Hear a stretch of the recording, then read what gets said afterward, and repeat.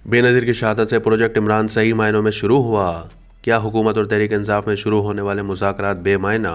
27 दिसंबर 2007 से 9 मई 2023 तक ज़बरदस्त कॉलम निगार वजाहत मसूद अपने कॉलम में आज के सियासी मंजरनामे का मवाजना 17 साल पहले के मंजरनामे से करते हुए लिखते हैं कि 27 दिसंबर 2007 को आज ठीक 17 साल गुजर चुके हैं। इस शाम रावलपिंडी में बेनज़ीर भुट्टो को शहीद किया गया था। क्या ये महज इत्तेफाक है कि आज के अखबारात में उन 60 अफराद को फौजी अदालतों से कैद की सजाओं की खबर शाया हुई है जिन्हें 9 मई 2023 को फौजी तनसीबात पर हमलों का मुजरिम पाया गया। वक्त का जबर है कि 2015 में 21वीं आईनी तरमीम के तहत कायम होने वाली फौजी अदालतें 6 जनवरी 2017 को ख़त्म होना थीं। 23वीं आईनी तरमीम के जरिए इन अदालतों को 6 जनवरी 2019 तक तोसी दी गई थी। मुकर्ररा मुद्दत पूरी होने के बावजूद तहरीक इंसाफ की हुकूमत में इन्हीं अदालतों के जरिए मुतअद्दिद अफराद को सजाए मौत और तवील मुद्दती सजाएं सुनाई गईं। तब तहरीक इंसाफ खामोश रही। अब इस जमात का मौक़िफ़ है कि आम शहरियों पर फौजी अदालतों में मुकदमा नहीं चलाया जा सकता। ये सजाएं बराह रास्त पैगाम है कि हुकूमत और तहरीक इंसाफ में शुरू होने वाले मुज़ाकरात में जुडिशल कमीशन का मुतालबा बेमायना हो गया है। बैरिस्टर गौहर खान का फौजी हुकाम से अपील का ऐलान दरअसल फौजी अदालतों में मुकदमा तस्लीम करने के मुतरादिफ है। हमारे देश की रिवायत है कि मुल्क की मफाद के खुद साख्ता ठेकेदार मुक़तदिर हवाओं का रुख देख कर अपनी सियासी लुग़त मुरतब करते हैं। मिलान कुंडेरा ने हुजूम के इस मुनाफिकाना रवैये को ग्रैंड मार्च की तरकीब बख्शी है।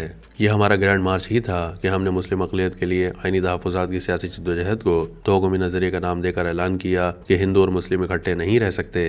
फिर हमने फैसला किया कि पाकिस्तान को जमहूरी वफाक के बजाय मजबूत मरकज़ की ज़रूरत है। मशरक़ी पाकिस्तान के मुसलमानों के इस्लाम पर सवालिया निशान उठाए। बांग्लादेश को तस्लीम करने की गर्ज से बुलाई गई इस्लामी कॉन्फ्रेंस को मुस्लिम उम्मा का ब्लॉक करार दिया। शेर अली पटौदी की बख्शी हुई तरकीब नज़रिया पाकिस्तान ज़ियाउल हक़ के लिए साइबान बन गई। इंतखाबी धांधली के खिलाफ मज़ाहमत इस्लामी निज़ाम की तहरीक बन गई। अफगान जंग में हमने मुजाहिदीन को तालिबान और तालिबान को खवारिज में तब्दील होते देखा। ग्रैंड मार्च किसी कौम के सियासी शऊर का इब्तिज़ाल है। 1995 के इब्तदाई महीने थे। हम चंद नौजवान तारीख नागुज़ीर भूल भुलैयों से बेनियाज 21वीं सदी के ख्वाब देख रहे थे। हमारी नस्ल ने हेलेंस की कॉन्फ्रेंस के ऐलानात पर यकीन किया था। हमारी कौम ने वारसा पैकेट तहलील होते देखा था। सोवियत यूनियन के इन्हदाम का मुशाहिदा किया था।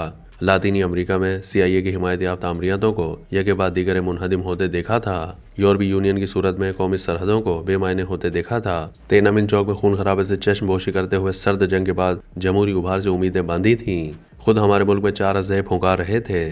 फ़िरका वाराना तंजीमें, जहादी गिरोह, लिसानी तकसीम और अफगान जंग के पस इर्तिशाद। गोया शराकत इक़्तिदार की छतर छाया में इंतहा पसंदी की फसल पक रही थी और सियासी जमातें इस ग्रैंड मार्च का हिस्सा थीं। 21वीं सदी से हमारी उम्मीदों का यह आलम था कि हमने थिएटर 21 के नाम से एक ग्रुप तश्कील दिया। लाहौर में गुलबर्ग की मेन सड़क पर बुलंदोबाला इमारतों के अकब में गोयटे इंस्टीट्यूट कायम था।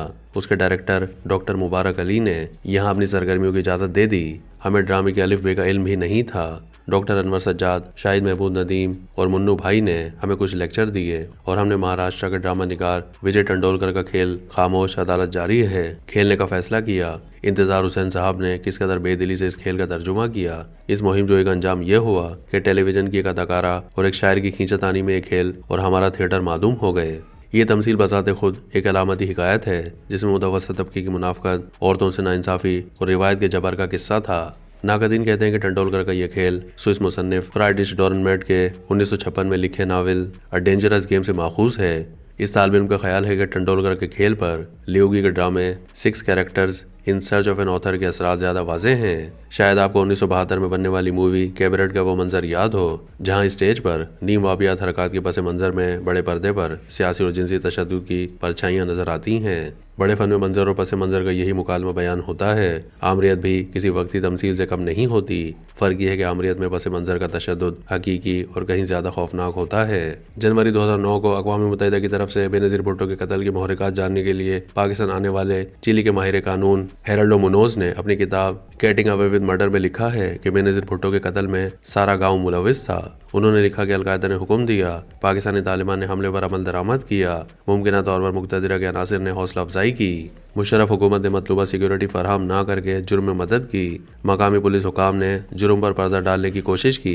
बेनज़ीर भुट्टो की अपनी सिक्योरिटी टीम गफलत की मुर्तकिब हुई और पाकिस्तान के बेशतर सियासतदानों ने इस कत्ल की मुकम्मल तहकीकात करने का मुतालबा ही नहीं किया। बेनज़ीर भुट्टो की शहादत से प्रोजेक्ट इमरान खान सही मायनों में शुरू हुआ। बेनज़ीर के कत्ल के जिम्मेदार बच निकले।